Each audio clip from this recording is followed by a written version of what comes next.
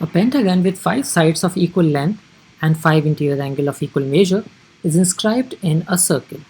So let's quickly draw a figure, and we have a circle such as this, and there is a pentagon inscribed in the circle that looks somewhat like the figure we see here. Now, let's see the question further. Is the perimeter of the pentagon greater than 26 centimeters? So, let's write the question here. Is, if we say that each length has x units long, then is 5x greater than 26? That's the question. We need to answer in the form of either yes or no. Let's check the first statement. The first statement says that area of the circle is 16 pi square centimeter. Area of the circle is given by pi r square. Pi r square is equal to 16 pi. That means r is equal to 4. Now that we have the value of r is equal to 4, we can join all these points with the center of the circle like this.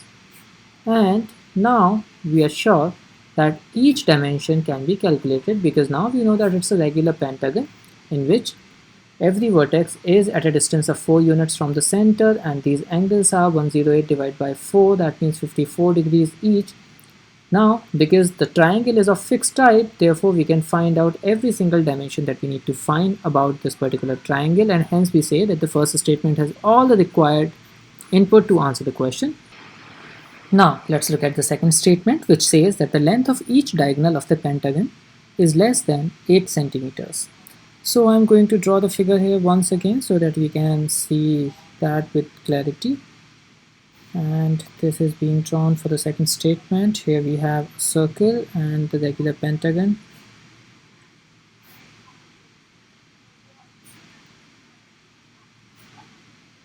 So let's assume that here we have the regular pentagon. Let's name it A, B, C, D, and E.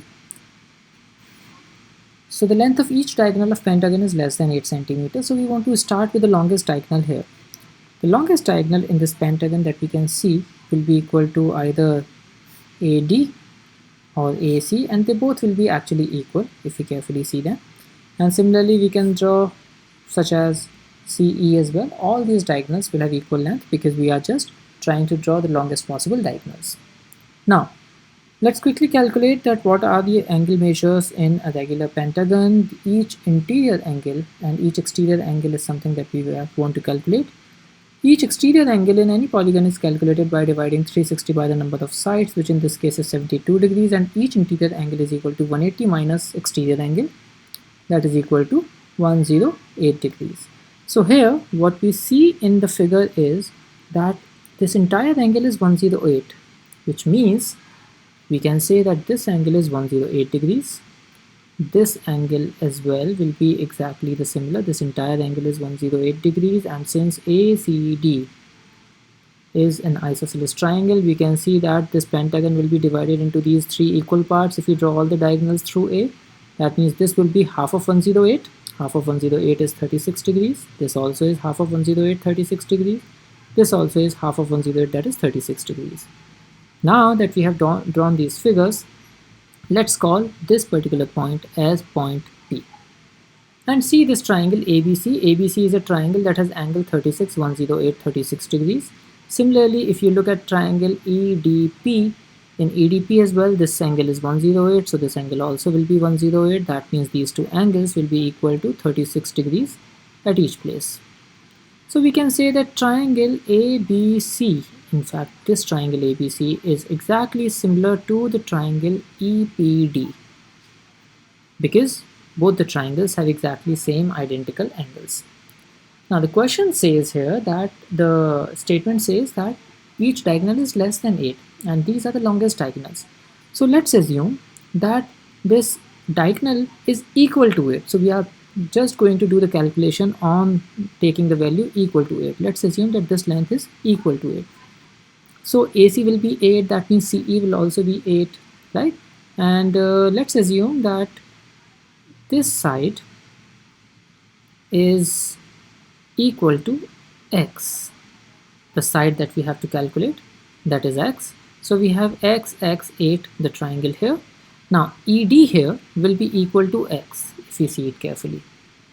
Alright, and because this part is x, so CP will also be x because these two triangles are exactly identical. They are actually the mirror image of each other.